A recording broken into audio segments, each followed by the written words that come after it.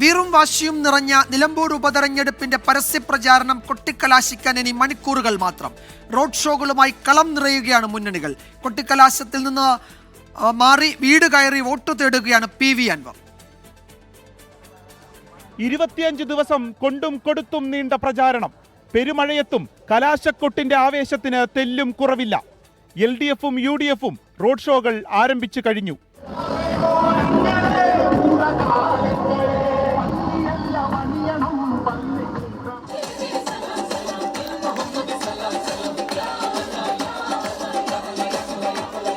മൂന്ന് മുന്നണികളും നിലമ്പൂർ ടൗണിൽ അനുവദിച്ചു നൽകിയ സ്ഥലത്ത് കേന്ദ്രീകരിക്കും.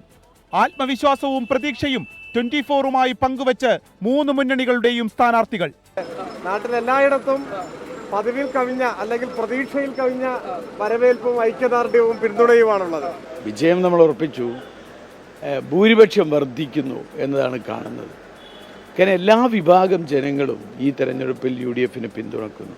എന്തൊക്കെയായാലും നിലമ്പൂരിൽ ഒരു ചരിത്ര ഭൂരിപക്ഷം ഉണ്ടാകുമെന്ന് തന്നെയാണ് പ്രതീക്ഷിക്കുന്നത്. ഞങ്ങൾ നല്ല പ്രതീക്ഷയിലാണ്. കാരണം ഈ മേഖലയിൽ ഞങ്ങൾക്ക് കാര്യമായൊരു വോട്ട് കിട്ടും എന്നൊരു പ്രതീക്ഷ ഞങ്ങൾക്കുണ്ട്. ഭൂരിപക്ഷമല്ല, ജനങ്ങൾ വോട്ട് ചെയ്യട്ടെ. അതല്ലേ ജനങ്ങളല്ലേ ഭൂരിപക്ഷം തീരുമാനിക്കുന്നത്. 2 ദിവസം കൂടെ നമ്മൾ കുറച്ച് ദിവസം കാത്തിരുന്നാൽ പോരെ. ജനങ്ങൾ വോട്ട് ചെയ്യും. അതാണ് ഞങ്ങളുടെ പ്രതീക്ഷ. ഭാരതീയ ജനതാ പാർട്ടിയെ സംബന്ധിച്ചിടത്തോളം എഴുതി തള്ളിയവർക്കുള്ള മറുപടിയായിരിക്കും. PV അൻവർ കലാശക്കൊട്ട് ഒഴിവാക്കി.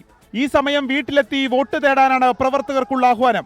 LDF-ന്റെയും UDF-ന്റെയും NDA-യുടെയും പ്രധാന നേതാക്കളെല്ലാം നിലമ്പൂരിലുണ്ട്. വീറുച്ച ഇങ്ങനെ ഒരു തിരഞ്ഞെടുപ്പ് കാലം നിലമ്പൂരിൽ മുൻപുണ്ടായിട്ടില്ല. ഇനി കൊട്ടിക്കലാശത്തിന്റെ ആവേശം. എല്ലാ ചർച്ചകൾക്കും ഒടുവിൽ നിലമ്പൂർ ആരെ തുണച്ചാകും വിധിയെഴുതുക.